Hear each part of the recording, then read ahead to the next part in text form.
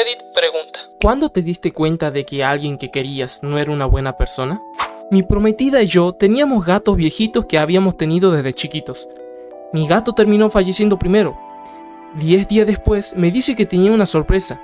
Había adoptado 2 gatitos de un evento de refugio temporal. Cuando le pregunté por qué hizo eso, me explicó que al ver cómo yo estaba sufriendo, se dio cuenta de que no podría lidiar con eso cuando su gato mayor muriera. Así que consiguió estos 2 nuevos gatos para no tener que estar sola. Ojo, no vivíamos juntos. Ella vivía en un apartamento chiquito y su gato mayor ya estaba medio ciego, con artritis. En general, no estaba equipado para tener 2 gatitos enérgicos e impredecibles metidos en su espacio. Ver cómo la calidad de vida de ese gato disminuía en sus años dorados, todo porque mi prometida no podía manejar su futuro duelo, y ni hablar de apoyarme a mí en mi duelo actual. Nunca pude volver a verla de la misma manera. No me enorgullece cuánto tiempo me quedé después de eso, me enorgullece decir que ahora es mi ex. La mamá de mi amiga cercana le dijo algo después de que su padrastro abusara de ella cuando era niña, como: ¿por qué no hiciste algo o se lo contaste a alguien? Ella le respondió: te lo dije. Y la mamá le contestó: no me lo dijiste, yo me acordaría de algo así. Mi pobre amiga solo lloraba y lloraba cuando me lo contó. Ahora no tiene contacto con su madre, quien le dice a su hermano: no sé por qué mi única hija no me habla. Mi mamá entró a mi cuarto cuando estaba llorando, puso los ojos en blanco y me dijo: ¿todavía si estás llorando porque te abusaron? ¿Te refieres a que me abusaron en una fiesta y me quitaron lo más importante para mí hace 2 semanas? Sí, todavía estoy llorando por eso. Perdón. El tipo no paraba de adoptar animales y, a los pocos meses, terminaba deshaciéndose de ellos. En su momento intenté no darle demasiada importancia. Pensé que tal vez era algo pasajero o que simplemente no sabía bien cómo cuidar mascotas. Pero con el tiempo empecé a notar que era un patrón que se repetía una y otra vez. Luego decidimos adoptar un cachorro juntos. Al principio todo parecía ir bien. Pasaron un par de años y el perro ya era parte de mi vida, lo quería muchísimo. Pero de repente, un día me dio un ultimátum. Tenía 24 horas para encontrarle un nuevo hogar al perro. Así que lo hice, solo que no fue exactamente como él esperaba. Encontré un nuevo hogar, para mí y para el perro. Ahora mi perro y yo estamos perfectamente bien en nuestra nueva casa, viviendo mucho más tranquilos. Nos mudamos de los suburbios a una zona bastante rural, donde mi perrito estaba encantado descubriendo el lugar y haciendo nuevos amigos. Le fascinan los pajaritos y todas las pequeñas criaturas que encuentra por ahí. En la foto aparece observando a un polluelo. No necesitaba ayuda ni nada, estaba perfectamente bien. Solo fue un momento curioso que capturé. Ay, no, mi ex era más o menos así también. Yo llevé un gato a la relación, y él ya tenía 2 pitbulls que mantenía siempre afuera, incluso durante nuestros inviernos bastante duros. Yo insistía constantemente en que al menos los metiéramos dentro cuando hacía mucho frío. En una ocasión decidió sacrificar a uno de los perros porque necesitaba una castración de emergencia, y poco después apareció con un cachorro nuevo en casa. Después empezó a traer gatos también, porque sus padres solían tener camadas de gatitos con frecuencia. En otro momento tomó la decisión de sacrificar al perro más viejo que habíamos tenido durante años, sin siquiera avisarme antes. Simplemente me llamó al trabajo para decirme lo que había hecho. El perro no estaba enfermo, solo era muy ansioso y lloraba bastante. Más adelante consiguió otro cachorro, otra vez sin consultarme. Y aún así, me criticaba constantemente por la cantidad de animales que había en casa, a pesar de que yo era quien terminaba cuidándolos a todos. Un día, de repente, 2 de los 3 gatos se escaparon cuando yo no estaba en casa. Lo que más me llamó la atención fue que uno de ellos jamás había mostrado interés por salir. Era extremadamente tímido y asustadizo. Afortunadamente, cuando finalmente me fui de esa relación, pude llevarme a mi gato original y a uno de los perros. Con el tiempo también logré recuperar al otro perro, que en ese momento estaba en muy mal estado, tenía una diarrea terrible y estaba tan delgado que se le marcaban los músculos de forma alarmante. Por suerte, ahora todos están mucho mejor. Conocí a mi esposo en la universidad, en su país. Yo hablo el idioma de su país, mientras él estaba aprendiendo el mío, así nos conocimos, pero supongo que en cuanto se dio cuenta de que nunca iba a ser tan bueno como yo, como que se rindió. No puede hablar con mis padres, mientras que sus padres siempre me contactan cuando necesitan algo, ya que convenientemente hablo su idioma. Generalmente actúa como si fuera más inteligente que yo, o que la mayoría de la gente, pero cuando se trata de mi idioma, De repente simplemente no puede hacerlo o tal vez no es lo suficientemente inteligente, porque no quiere. Mi mamá vio a mi hermano que me hizo cosas, le dijo que no lo hiciera nunca más y me dijo a mí que no lo dejara. Empezó cuando tenía 7 años, lo cachó a él cuando tenía 9. Muchos años después, ya casi en mis 20, hablé de eso a la policía y a mi otro hermano y a mi papá. Mi mamá me preguntó, ¿y qué es esto de fulanito? Y sí sabía que le pasaba a tipos como él en la cárcel. Le di el avión y después me quiso dar una barra de chocolate. Cuando viene de visita, pasa más tiempo con él que conmigo. Todavía después de eso nunca más le hablé a mi madre. Mi ex se infló el ego, pero bien frágil. ¿Le va bien en su primer trabajo? Todos los demás son idiotas. ¿No lo ascienden? Todos los demás le están haciendo la cama. ¿Encuentra trucos para ahorrar plata de forma cada vez más turbias? Es un genio. Otras hacen lo mismo. Están estafando al sistema. Una de las últimas gotas que colmaron el vaso fue cuando no paraba de presumir lo inteligente que era por la universidad a la que fue. Yo también fui ahí nos conocimos. Por alguna razón, eso no contaba a mi favor, solo al de él. Ahí me di cuenta de que esa forma de pensar permeaba todo lo que hacía y decía. Además, nunca lavaba los platos, ni cocinaba, ni hacía el súper, ni preparaba la comida, ni hacía ejercicio, ni me dejaba ver a mis amigos. Al final, quedó claro que solo se priorizaba a él mismo. Mi mamá. Le conté que mi hermano me había estado haciendo daño de forma íntima durante años.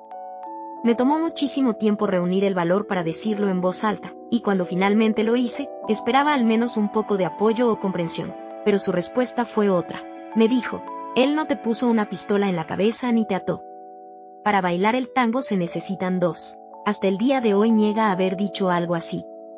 Pero yo nunca podré olvidar esas palabras, ni el dolor que sentí al escucharlas. Hay cosas que simplemente se quedan grabadas para siempre. Siempre me llama la atención cómo algunos padres parecen olvidar convenientemente las cosas más crueles que han dicho. Con el tiempo terminan convencidos de que jamás pasó, o que uno lo imaginó o lo soñó. Recuerdo también otra escena muy clara.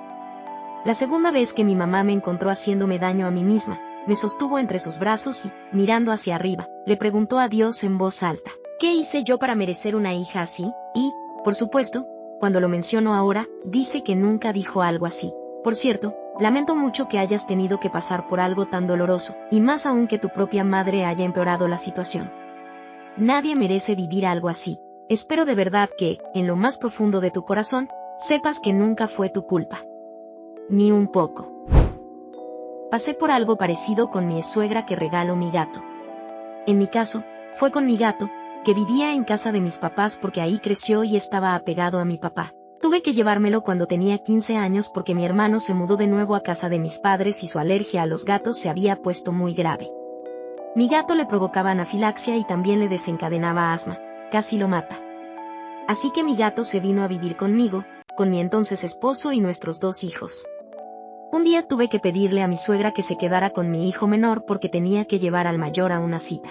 Lo primero que salió de su boca fue, tienes que deshacerte de ese gato. Sugirió que se lo diera a alguien. Le dije que de ninguna manera, que no había nadie. Luego sugirió que lo llevara a la perrera. Le dije que ni de chiste, que se moriría si hacía eso. Tuvo el descaro de decir que tal vez ya le tocaba.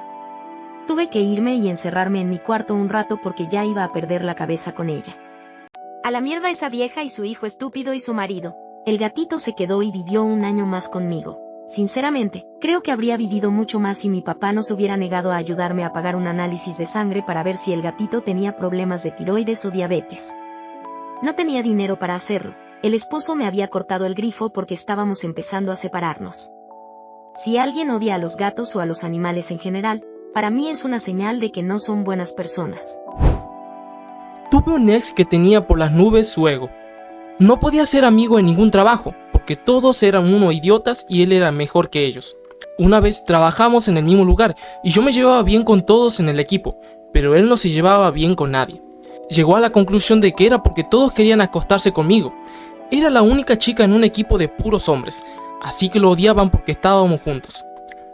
Después de nuestros primeros 60 días me ascendieron y a él no, y dijo que era porque los demás lo estaban saboteando, o que al jefe simplemente no le caía bien. En realidad, era porque faltaba 1 o 2 veces a la semana, no hacía bien su trabajo y en general era un huevón que se escondía en el baño la mitad del turno. Era horrible porque nunca me dijo: felicidades por tu ascenso, has hecho un gran trabajo, porque todo tenía que ser sobre él. Constantemente me invalidaba. Era muy agotador. Qué bueno que ya no está en mi vida. Mi ex me contaba un montón de cosas malas que le pasaban, un montón cuando lo conocí. No, la mayoría eran culpa suya o cosas normales que le pasarían a cualquiera. Él insistía en que solo le pasaban a él. Cada vez que conseguía un trabajo que no era muy seguido, llegaba tarde y se iba temprano, lo cual estaba bien porque trabajaba más duro que nadie. Pedía un aumento al mes y se enojaba un montón cuando le decían que no. No podía soportar que la gerencia le dijera qué hacer. Yo conseguí un segundo trabajo en el mismo restaurante que él una vez. Le daban ataque de pánico y se metía al cuarto frío. Quemaba toda la comida y el dueño le pedía que hiciera algo y se enojaba un montón. Empezó a hacerme cubrir todos sus turnos por su salud mental, así que yo trabajaba en 2 trabajos mientras iba a la escuela a tiempo completo y él básicamente estaba desempleado. Y se negaba rotundamente a limpiar y solo jugaba videojuegos y me tenía al departamento hecho un asco. Cuando lo dejé, dijo que nunca tuvo oportunidades para salir adelante en la vida, y yo le dije: no, sos un vago idiota. Después de llevar más de 1 año sin beber, mi marido me dijo: solo tómate un trago, no le diré a nadie. No lo hice, pero ese momento fue muy revelador para mí. Algo parecido me pasó con quien era mi mejor amigo. Cuando le conté que llevaba 15 días sobrio, simplemente respondió algo como: ah, no pasa nada, y aún así me convenció de salir a tomar solo un trago. En otra ocasión, después de más de 1 año sin beber, mi esposo llegó a decirme que amaba a la persona que yo era cuando bebía, no a la versión sobria de mí. A pesar de todo eso, sigo sin beber. Ya van 4 años, y estoy orgullosa de ello, incluso un poco desafiante al respecto. Frases como solo tómate un trago, no le diré a nadie dicen mucho sobre la forma de pensar de una persona, ¿no crees? Para mí fue un momento muy revelador. Demuestra que a algunos solo les preocupa la apariencia o cómo se ven las cosas ante los demás, aunque la realidad sea muy distinta. Cuando decidí dejar de beber, hace casi 20 años, empecé a ver a la gente de mi vida en 2 grupos muy claros: los que me apoyaban sin dudarlo, y los que no, o que cuestionaban mi decisión. Con el tiempo aprendí a mantener cerca solo al primer grupo. Otro ejemplo: salí de rehabilitación por mi problema con las pastillas hace apenas 1 semana, y aún así alguien cercano empezó a ofrecerme otras sustancias, diciéndome que el problema era que yo simplemente había estado consumiendo las sustancias equivocadas. Mi respuesta fue simple: no, gracias. Y ahí entendí que no todo el mundo merece un lugar en tu proceso de recuperación. ETA. Todos estos comentarios, aunque entristecedores, realmente me ayudan a sanar un poco con cada uno. Lamento mucho por todos ustedes que han experimentado este tipo particular de dolor. Les envío amor. Como madre ahora, déjenme enviarles virtualmente todo lo que pueda para compensar un poquito de lo que les negaron. Mi mamá. Tenía como 15 años y levanté el teléfono fijo y le escuché hablando con un hombre que no era mi papá. Se reían de nosotros preguntándonos de quién eran las flores y él las enviaba y ella las puso en la mesa de la cocina. Otra vez, entró a mi correo electrónico y vio un mensaje de mi mejor amiga. Teníamos como 17 años, diciendo que mi mamá no tenía mis mejores intereses en mente. Estaba tratando de evitar que fuera a la universidad. Mi mamá me confrontó al respecto y dijo: ya no me sirve de nada. Nunca olvidaré esas palabras. Fue entonces cuando supe que no era normal. Siempre había sido mala, pero nunca me pegó más que unas cuantas bofetadas. Tenía comida, todas las cosas materiales. Pero pasé toda mi infancia y hasta los 20 pensando que era mala. Simplemente inherentemente podrida porque siempre estaba en problemas o me gritaban. Siempre me hizo sentir que era problemática. No lo entendía porque realmente no hacía nada. Sacaba buenas notas. Nunca fumé, bebí, etc. hasta que fui adulta. No me escapaba a escondidas. Siempre era mi actitud la que me hacía quedar castigada por semanas literales. Tuve que casarme y tener mi propio hijo antes de empezar a darme cuenta de que no era yo, aunque sabía que ella no era normal. Pero esas palabras que dijo ese día sobre mi amiga son a las que siempre vuelvo cuando empiezo a dudar de mi memoria. Me di cuenta cuando entendí que todas las excusas que escuché durante casi 1 década no eran más que eso, excusas. En el fondo, la realidad era mucho más simple y dolorosa. Mi papá simplemente no estaba siendo el padre que yo necesitaba. Durante el 90% de mi vida lo adoré. Para mí era alguien muy importante, alguien a quien admiraba. Pero un día, de repente, todo encajó en mi cabeza. Me di cuenta de que realmente no le importaba pagar la manutención, ni asistir a mi graduación de la preparatoria, ni siquiera celebrar cuando me gradué de la universidad. Hace poco lo llamé para recordarle que me caso el próximo año. Pensé que tal vez le alegraría la noticia o que al menos mostraría algo de interés.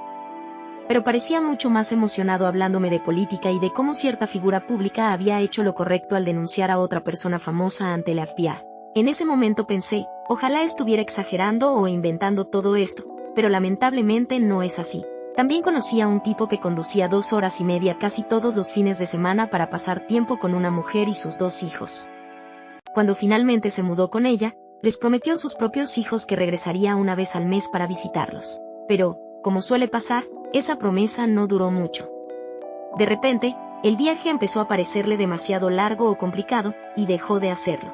Ese tipo de cosas muestran una falta de madurez y una tendencia a evitar responsabilidades. Otra señal que siempre me hace levantar una ceja es cuando alguien se la pasa hablando mal de todas sus exparejas. Si cada vez que mencionan a una ex dicen que era terrible o insoportable, inevitablemente me pregunto si el problema realmente eran ellas. Especialmente cuando, según esa persona, todas sus ex resultan ser las problemáticas. En esos casos, el verdadero denominador común suele ser la persona que está contando la historia. Ella regaló su gato que tuvo por 15 años porque ya estaba viejito. Se murió en la casa de unos extraños 3 meses después. También tengo otra experiencia. Mi tío abuelo hizo lo mismo. Un gato blanco precioso que se llamaba Lucky, que tuvo desde el día que nació hasta los 18. Y luego le dio en adopción porque se puso muy viejo. Como what the fuck, él tampoco era ningún jovencito. Lucky ni siquiera había empezado a perder su independencia todavía. Solo estaba viejo, y eso fue suficiente para que su dueño de casi 20 años lo regalara. Siempre pensé que era un poco pedazo de mierda después de eso. Vi a uno de mis primos pegarle a su esposa. Ella es sorda y no tiene audífonos. Él se paró detrás de ella mientras ella estaba en su teléfono. Le preguntó algo verbalmente varias veces sin llamar su atención primero. Luego le dio una cachetada muy fuerte en la mano y le gritó frente a todos en la mesa que necesitaba hacer lo que se le decía. Fue un 2 por 1, porque cuando le conté esto a mi madre, al darle las razones por las que ya no asistiría a sus reuniones, al principio dijo que no lo vio y que no iba a creerle a nadie. Luego lo defendió después de escuchar la historia diciendo, bueno, si ella no estaba escuchando. Lo siento, pero no. Incluso si ella lo hubiera podido escuchar, eso no está bien. Me dio una nueva perspectiva de cómo ella me trató a mí cuando era niña y a mi hermana adolescente ahora. No estaba bien y no fue solo una cosa circunstancial. Tengo 2 experiencias. La primera fue que en el momento en que me di cuenta de que mi papá le estaba poniendo los cuernos a mi madre que se estaba muriendo. Y la segunda era que teníamos un amigo de la familia que se llamaba Jones, cuya esposa de más de 30 años, que se llamaba Jane, tuvo cáncer de pulmón que eventualmente se extendió a sus huesos y cerebro y la mató. Sus hijos adultos hicieron la mayor parte del trabajo pesado para cuidar a Jane, especialmente uno que trabajaba en el campo de la medicina. Esto sí le permitió a John seguir trabajando y mantener el seguro para ambos. Ok, uno hace lo que tiene que hacer. Bueno, poco tiempo después de que Jane falleció, John se volvió a casar con Sheila, una mujer de su oficina. Al final, quedó claro que su relación comenzó durante la enfermedad de Jane. Honestamente, nunca volví a ver a John de la misma manera, y definitivamente tampoco era fan de Sheila. Tampoco puedo decir que me haya puesto súper triste cuando John terminó con cáncer él mismo 2 años después y murió 1 año después de eso. Mi mamá siempre se enojaba conmigo por algo, pero nunca me decía que era lo que había hecho mal. Simplemente me aplicaba la ley del hielo hasta que yo me derrumbaba y pedía perdón. O me gritaba o me respondía mal, y luego se enojaba porque yo estaba haciendo pucheros y castigándola cuando yo solo estaba triste y confundida y no quería hacerla enojar. Tampoco me dejaba ir a eventos sociales de la escuela o a casas de amigos, pero nunca tenía una razón. Se quejaba de que era una carga llevarme a cualquier lado, pero no me dejaba sacar la licencia de conducir porque no era seguro.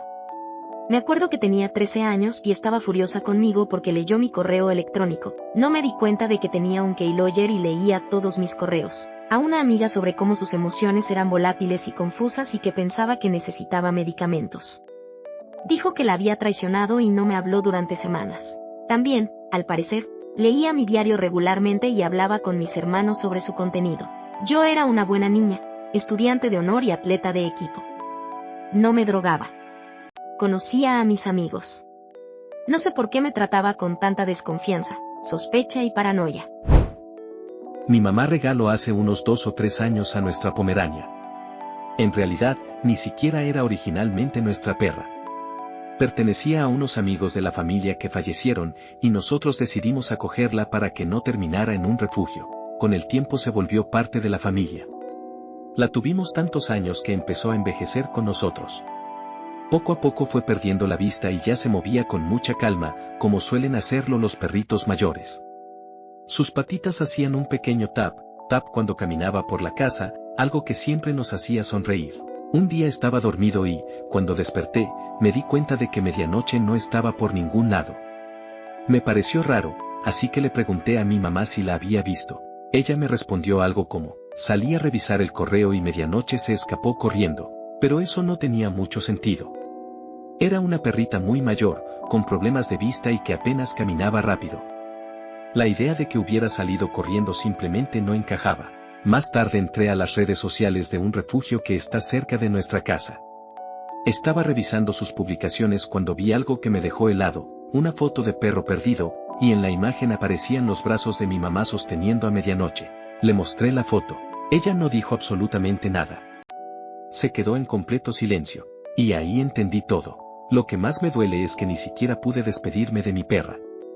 Pensar que pudo haber pasado sus últimos días en un refugio, en lugar de estar en casa con la gente que la quería, es algo que todavía me llena de tristeza y de impotencia. Solo espero que, de alguna forma, haya estado bien. Cuando estaba saliendo con mi exmarido, pasó lo de Columbine. Estaba hablando de lo horrible que era y de lo triste que era la situación y él dijo, ¿de qué te preocupas? No te pasó a ti. Ahí fue cuando me di cuenta de que no tenía empatía por los demás y aún así me casé con él. Luego me divorcié. Mi tío abuelo solía llevar a sus amantes a su campamento, cerca de mis abuelos. Esto incluía al amante que tenía mientras su esposa se estaba muriendo de cáncer, con quien finalmente se casó. Soy demasiado joven para haber conocido a este tío abuelo, falleció antes de que yo naciera. Pero lo conozco a través de la genealogía de recopilar historias y anécdotas familiares. Él y sus amantes aparecían mucho, iba a las cenas familiares y esas cosas. No parecía que fuera un secreto entre la familia. En algún momento conocí a su hija, que también tenía interés en la genealogía. Le pasé todas mis historias familiares documentadas. Y así fue como se enteró de que su papá le había sido infiel a su madre. Mucho, repetidamente, incluyendo mientras ella juntaba algunos plazos, mientras ella estaba en casa cuidando a su madre moribunda. Me sentí fatal. No tenía la intención de que se enterara de esa manera. Simplemente no sabía que ella no sabía, y de todos modos no se me habría ocurrido filtrar las historias. Tengo una prima que le puso los cuernos a su esposo, que se estaba muriendo con su mejor amigo.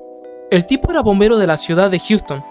Le dio un tipo raro de cáncer de páncreas casi exclusivo de los bomberos, y la ciudad trató de negar la cobertura aunque estaba 100% relacionado con su trabajo. Salió en las noticias locales. Hay artículos por ahí de ellos juntos, con cara de tristeza y aferrándose a su último momento juntos. En realidad, mi prima se estaba echando al mejor amigo, que parece un dedo gordo del pie tamaño humano, mientras él estaba en su lecho de muerte. Como sea, ella recibió un acuerdo millonario de Houston, renunció a su trabajo de enfermera, justo antes de que llegara el COVID, lo cual es genial porque ahora también es una ferviente antivacunas, y básicamente le dejó todas las responsabilidades de criar a su hija a sus padres mayores, mi tío y mi tía, que también son de alto riesgo para el COVID. Eso fue un momento divertido.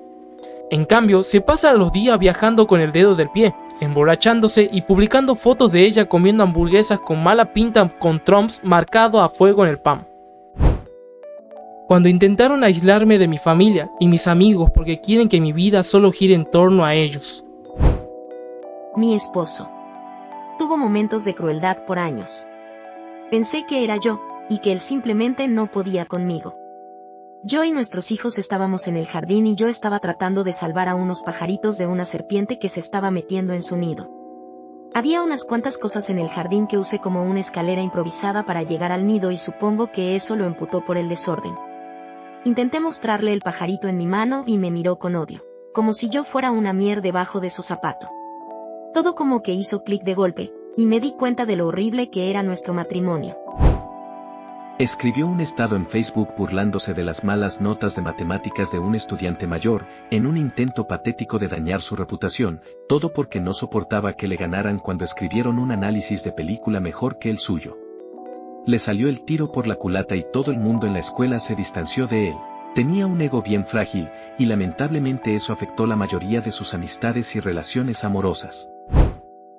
Cuando terminé con mi ex prometido, sentí que estaba siendo más que justa con él. Me mudé a la habitación de invitados, pero dejé la buena cobija en el dormitorio principal porque era la mejor cobija y no quería que tuviera que usar una cobija más mala además de que lo dejaran. Contexto, la cobija también era extremadamente sentimental para mí, lo cual él sabía. Cuando tenía 12 años, mi casa se incendió y lo perdí absolutamente todo. Mi mejor amiga tenía esta cobija increíble que siempre le decía que me encantaba. Después del incendio, me la regaló. A los 28 años, todavía tenía esa cobija en casi perfectas condiciones, seguía siendo la mejor cobija del mundo. La apreciaba muchísimo. Dejó que su perro la destrozara y se aliviara por toda la cobija. Bajé un día por la mañana y la encontré rota y sucia en la sala de estar. Antes de eso, estaba abierta a seguir siendo amiga o al menos estar en términos amistosos. Robó, mintió y fue mentalmente abusivo, así que le estaba dando una gran rama de olivo. Hasta que vi mi cobija. Fui tierra arrasada con él y le dije exactamente lo terrible que me parecía y le dije que tenía una semana para irse después de darle 2 meses anteriormente. Todavía estoy furiosa y molesta por eso hasta el día de hoy. Eso era demasiado significativo para alguien que lo perdió todo, también perder la cobija de esperanza que una amiga le había compartido. Alguien en mi vida a quien amaba más que a nadie tenía la mala costumbre de humillarme intencionalmente frente a otras personas para su diversión. Yo era muy chico, tal vez de 6 o 7 años cuando esto empezó a pasar, y era muy confuso para mí. No entendía lo devastador que esto era para mí emocionalmente hasta que fui mayor. Con el tiempo, como esto pasó una y otra vez, me di cuenta de que no podía confiar en ella. Era algo que rara vez hacía, y por lo demás era muy solidaria. Pero cuando lo hizo la última vez, frente a toda la gente que supervisaba en el trabajo, eso fue todo. No podía creer que hiciera eso, ya que normalmente era algo tonto pero aún así vergonzoso para mí. Esta vez se pasó de la raya y finalmente entendí que nunca pararía. Finalmente pude ver que esto la hacía sentir poderosa.